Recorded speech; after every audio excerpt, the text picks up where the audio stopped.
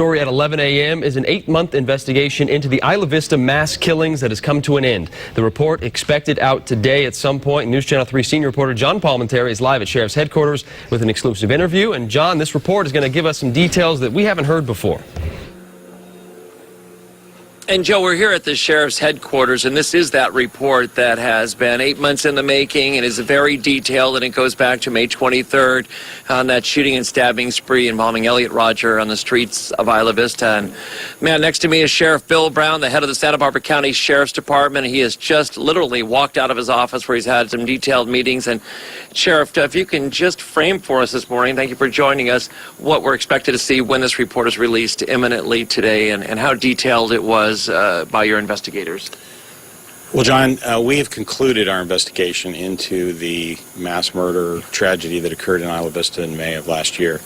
And what we have found is that the suspect in the case acted alone. He was not aided or abetted by anyone else or assisted that evening by anyone else.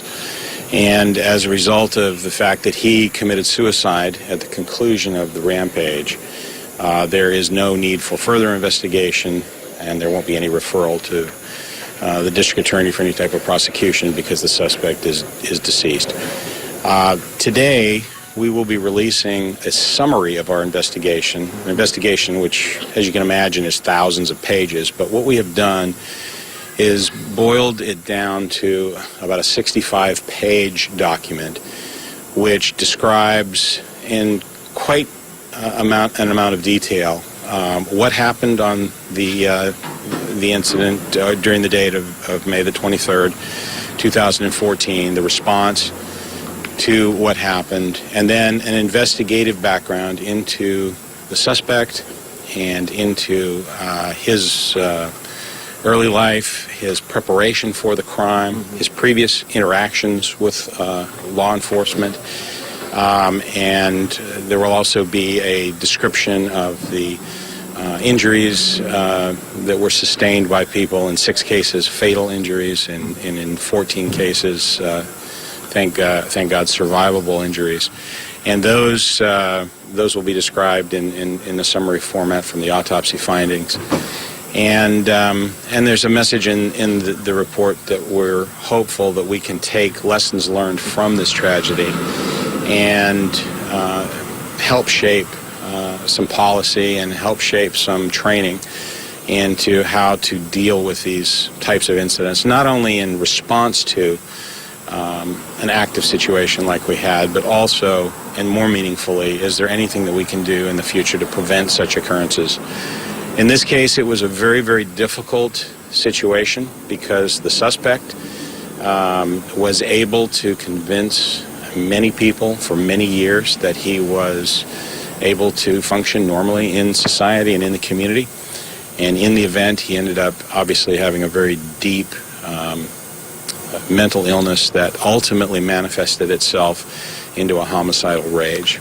Sheriff, thank you so much. And I know that there's so many aspects of this that we'll be getting into later on, but just before we conclude, how have you communicated with the families or the survivors about the conclusion of this report, and frame that for us as well? I've personally been in discussion with the family members of all of those people who perished on that day, and gave them a heads up that we were going to be releasing the report today and that we had concluded our investigation.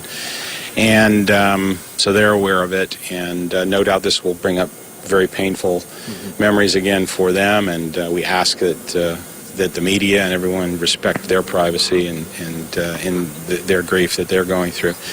And I would like to just say, John, in closing today, how very proud I am of this organization and the men and women in it who not only investigated a very complex and detailed incident and did a very thorough and very skillful investigation, but I am also just especially proud of the response that evening by the first responders, by the dispatchers, by the deputy sheriffs, by the police officers, by the EMTs and paramedics, and by the firefighters, whose very quick and brave and resolute response that evening no doubt saved many lives, many additional lives. There could have been literally hundreds of people injured and killed in this terrible tragedy. Exactly. That's Sheriff Bill Brown, and we're going to be talking to him again